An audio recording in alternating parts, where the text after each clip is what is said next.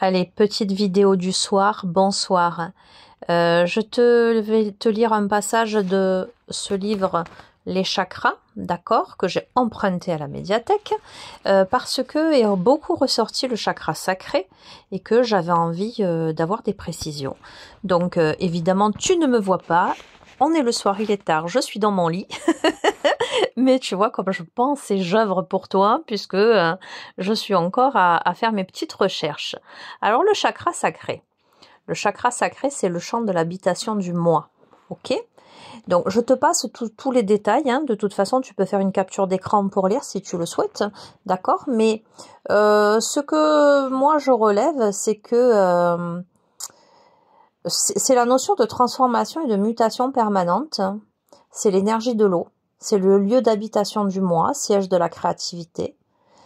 Il porte et accélère les marées émotionnelles, hein, comme les flux et reflux intérieurs, tout en intensifiant le désir sensuel et la conscience de la vie biologique.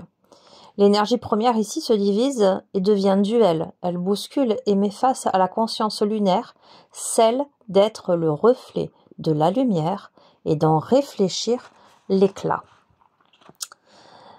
Il aide l'être à être au bon endroit, à accepter sa place dans ce monde, à appréhender le soi et la notion de richesse en le confrontant à autrui.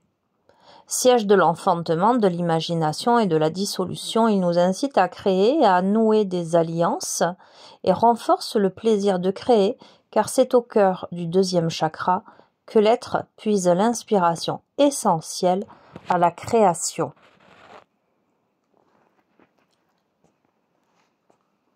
Alors il ouvre le monde des désirs et de la dualité.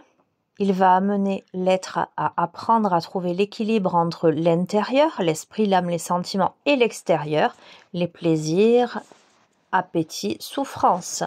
D'accord ? Qu'est-ce que je peux te dire d'autre ? Regarde, tu fais capture d'écran, tu pourras le lire toi-même.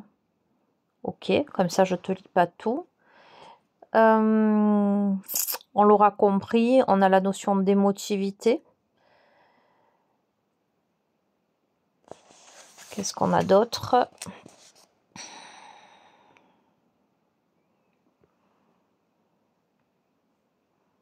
Je te laisse lire. Hein. Je te laisse. Donc évidemment lié à l'élément eau, qui influe sur le psychisme et intensifie l'émotivité, l'affectivité, la sentimentalité, l'attachement, etc. Évidemment, beaucoup d'émotions.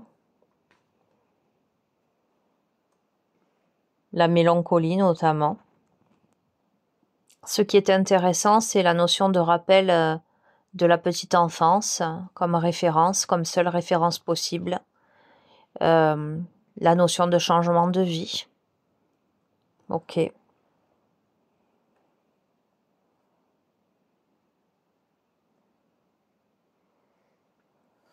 En lien avec la planète Jupiter, en lien avec le goût au niveau des sens, le son, je te l'avais donné, c'est le VAM, d'accord?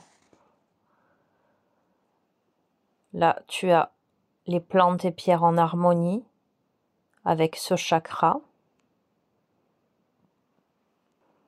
Donc voilà, hein, je te montre les pages, comme ça tu fais un arrêt sur image et puis tu prends le temps ou tu fais des captures d'écran, tu peux lire. Alors, je vais juste te lire l'expression spirituelle, le lac des cascades émotionnelles, centre des perceptions et des impressions. Je te passe les noms savants. Donc, c'est un chakra capital où se joue la symphonie des émotions. C'est au cœur de ce chakra que l'être se découvre une nouvelle conscience du corps en saisissant les vagues des émois. Il pénètre dans le monde des sensations par l'apprentissage des sens avec ses tourbillons affectifs. Ici, l'être est pris dans la trame des ressentis. Attachement, possessivité, pensée obsessionnelle, vide intérieur, insatisfaction, manque de plénitude, impression de manquer de soutien affectif, anxiété, se bousculent formant des nours, c'est ce qui a marqué, émotionnel, parfois difficilement supportable et gouvernable. En effet, lorsque ce chakra est en sommeil ou non éveillé, l'être se sent comme une âme en peine et connaît l'inconfortable sentiment de culpabilité. Donc ce chakra développe à la fois les facultés naturelles d'adaptation et de soumission. S'il est en disharmonie, il accentue l'inhibition, le blocage des émotions refoulées, l'agitation des pensées et la nervosité mentale. Il en est de même lorsque l'être s'intériorise à l'extrême. Par son éveil, l'être connaît les mondes astraux. Il peut ainsi réaliser ses aspirations et ses rêves.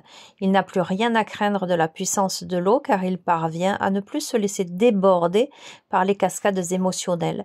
Passion, colère, attachement, envie, orgueil, jalousie et autres impuretés se diluent dans le flux vital et disparaissent, apportant apaisement et tranquillité. Il est alors possible de conquérir Yama, la mort, ou de l'apprivoiser. Ce qui est né est assuré de mourir, ce qui est mort est assuré de naître.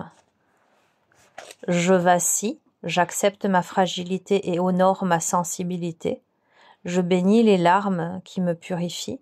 Je suis convaincu du bien fondé de mon ressenti sur lequel je m'appuie, sans réserve.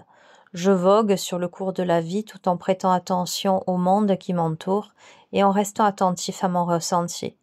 Je suis à l'écoute de mes rêves. Je m'abandonne à la rêverie car elle nourrit mon imaginaire.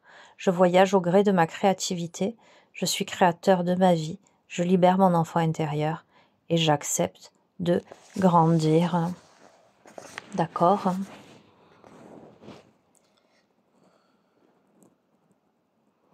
Voilà, cher ami, je t'ai montré toutes les pages en lien avec ce chakra, en lien avec la guidance d'aujourd'hui que je t'ai postée, où il a été grandement présent.